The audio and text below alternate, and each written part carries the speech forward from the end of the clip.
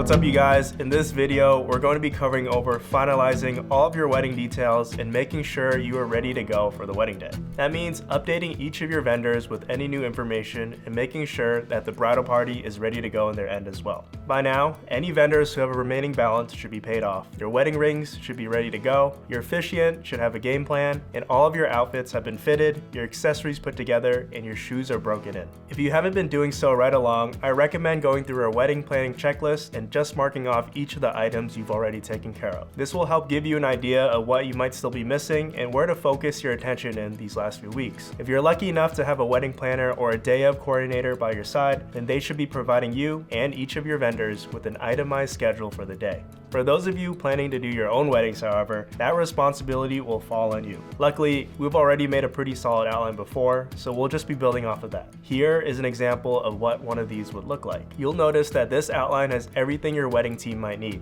On the front, we've got a detailed timeline of the entire day's events, as well as any relevant wedding details anyone might need to reference. On the back, we've got a section up top for all of your vendors' contact information, as well as your coordinators and an emergency contact if something goes wrong. Below that is anything your DJ might need to reference, such as the names and roles of the bridal party, who will be giving a speech, and any songs you've selected to be played throughout the day. Then we just have a little spot to list everyone's social media information and your wedding hashtag if you got one. Since a lot of your vendors get business from word of mouth, having this available for reference can make a huge difference. If you want to use the template we made for this, you can find the link for that listed right below this video. Once you've plugged in your own details and got this looking the way you want, make sure to send a copy off to each of your vendors. I would also recommend printing off a few to have available at the venue on the wedding day should anyone need it. Once you've shared everything with your vendors and everyone's on the same page, make sure to connect with your bridal party so they have a copy as well. Most people probably won't care too much about reviewing this, but at least that way you reduce the risk of someone texting you the day before the wedding, wondering where they should be going or when to arrive.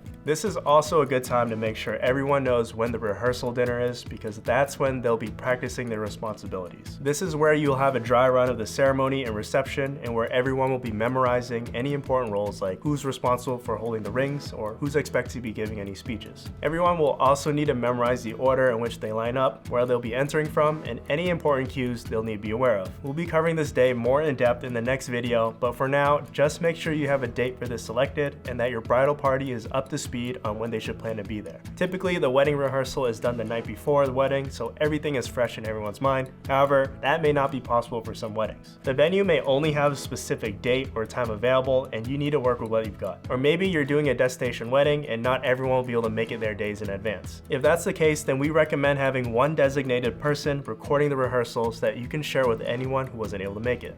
That should cover everything for this video. Again, if you want to use our template for making your own wedding details outline, you can find the link for that right below this video.